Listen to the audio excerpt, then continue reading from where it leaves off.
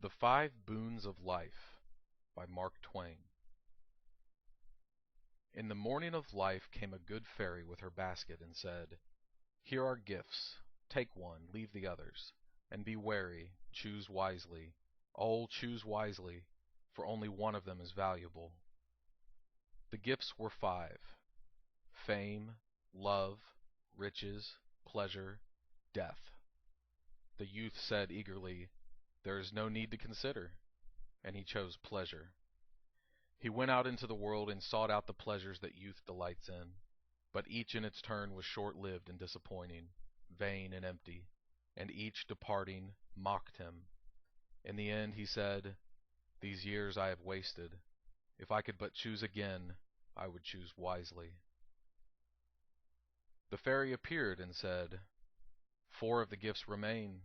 Choose once more, and oh, remember, time is flying, and only one of them is precious." The man considered long, then chose love, and did not mark the tears that rose in the fairy's eyes.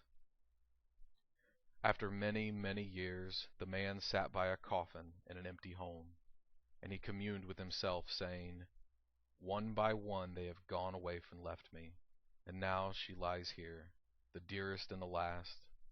Desolation after desolation has swept over me. For each hour of happiness the treacherous traitor Love has sold me I have paid 1,000 hours of grief. Out of my heart of hearts I curse him." "Choose again." It was the fairy speaking. "The years have taught you wisdom. Surely it must be so. 3 gifts remain. Only one of them has any worth. Remember it, and choose warily." The man reflected long, then chose fame, and the fairy, sighing, went her way.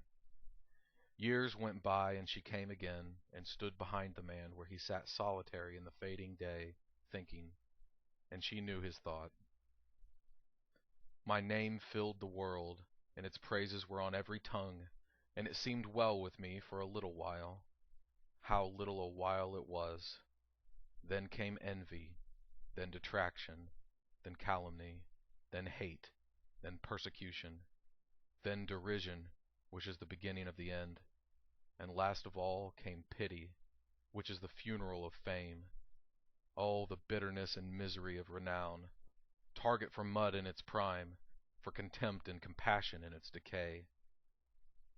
"Choose yet again." It was the fairy's voice. 2 gifts remain, and do not despair. In the beginning there was but one that was precious, and it is still here. "Wealth, which is power. How blind I was," said the man. "Now at last life will be worth the living.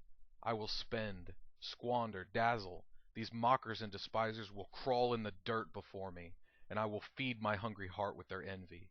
I will have all luxuries, all joys, all enchantments of the spirit, all contentments of the body that man holds dear. I will buy deference, respect, esteem, worship, every pinchbeck grace of life the market of a trivial world can furnish forth. I have lost much time, and chosen badly heretofore, but let that pass. I was ignorant then, and could but take for best what seemed so."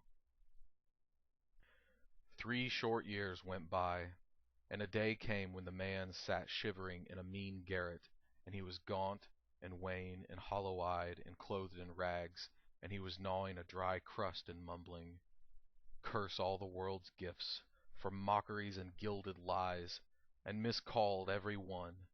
They're not gifts, but merely lendings. Pleasure, love, fame, riches, they are but temporary disguises for lasting realities.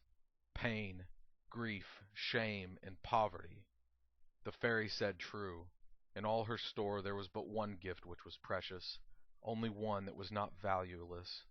How poor and cheap and mean I know those others to be now, compared with that inestimable one, that dear, sweet, and kindly one, that steeps in dreamless and enduring sleep the pains that persecute the body, and the shames and griefs that eat the mind and heart. "Bring it. I am weary. I would rest." The fairy came, bringing again 4 of the gifts, but death was wanting. She said, "I gave it to a mother's pet a little child. It was ignorant but trusted me, asking me to choose for it. You did not ask me to choose. Oh, miserable me! What is left for me? What not even you have deserved, the wanton insult of old age.